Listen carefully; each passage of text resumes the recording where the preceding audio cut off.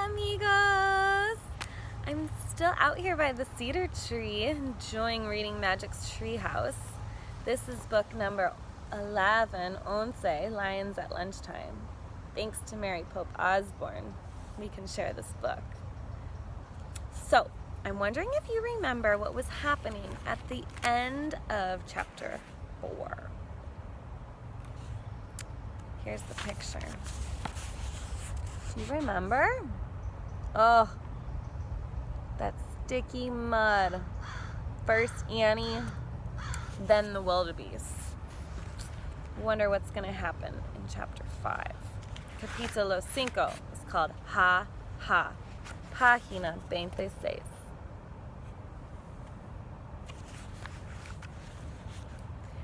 Oh no, shouted Annie. She raced down the bank until she reached a sandy, clear spot. Here, here, she called. The wildebeest followed her with their wild eyes. Jack watched in disbelief as the swimmers changed their course. Slowly, all the wildebeest swam to where Annie stood.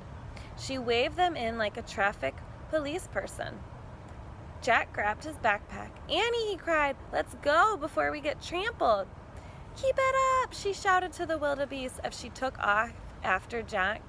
They ran farther up the river away from the incoming wildebeest. Finally, they stopped to catch their breath. They looked back. Everything seemed fine. The wildebeest were scrambling safely over the riverbank. Soon they would graze on the grass prepared by the zebras. Good work, Jack said to Annie. Thanks, she said. Okay, now for our riddle. No, first, we've got to get clean, said Jack. You look like you're in a mud suit. High-pitched laughter rang through the air. It sounded mocking and mean. Jack and Annie turned around. They saw 2 spotted brown animals standing in the tall grass. The creatures had bodies like dogs, but with sloping backs. They laughed again. Ha ha, said Annie. You don't look so great yourself. What are they? Said Jack. He took out the book and tried not to get mud on it as he looked for a picture. When he found it, he read aloud. On the African plains, the hyena is the ruling predator after the lion. It makes a sound similar to high-pitched human laugh. What's predator mean? Said Annie. It means it catches things and eats them, said Jack. Oh, said Annie. Yuck. The 2 hyenas laughed again, and they moved closer to Jack and Annie. Quietly, Jack read more. The hyena has a reputation for being a thief and a coward. Let's see if they're cowards, whispered Annie. Let's try to scare them. The hyenas laughed and moved a little closer. How? Jack asked. Act like a monster, said Annie. No! Jack and Annie made terrible monster faces. They put out their hands and rushed at the hyenas. Arr! They shouted. The hyenas yelped and scurried off. Scaredy cats, Annie shouted after them. Come on, said Jack. Annie and Jack took off in the other direction. They ran around a bend in the river. Jack heard the hyena laughter again, but it sounded far away. Good, he said. They're gone.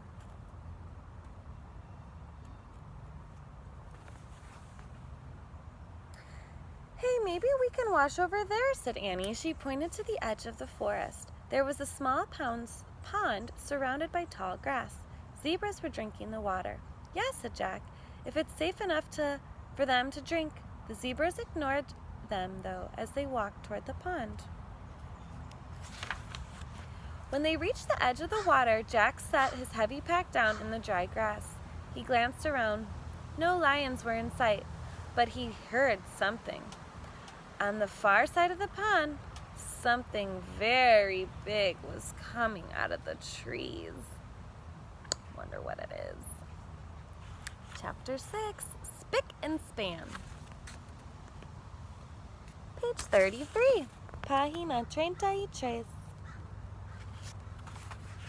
Be still, said Jack. Jack and Annie stood frozen as the elephant stepped out of the shadows. It waded into the pond and dipped its trunk into the water. "Oh, wow," said Annie. Jack breathed a sigh of relief. An elephant wasn't going to chase them and eat them. Still, the elephant was huge. "Let's sneak away," said Jack. "But I want to watch," said Annie. "Okay," said Jack. He was sort of tired of Annie getting sidetracked. "I'm going to solve this riddle by myself, and I'll just meet you back at the treehouse." He turned to go, and a spray of water rained down on him. It came from behind. He shouted with surprise and looked back. The elephant's trunk was pointed straight at Annie. "Cool," she cried. "It's giving me a shower." Oh.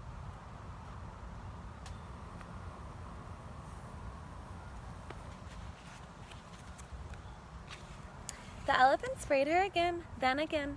The mud slowly rolled off her face, her braids, her t-shirt, her shorts, her legs, and her sneakers. "I guess the elephant doesn't like dirty kids," said Annie, laughing. Her eyes were squeezed shut. Finally, she was clean and soaking wet. "Now it's your turn," she said to Jack. Jack stepped forward and shut his eyes tight. A blast of water hit him. It did feel like a shower, a strong shower. When Jack was clean, the elephant let out a grunt.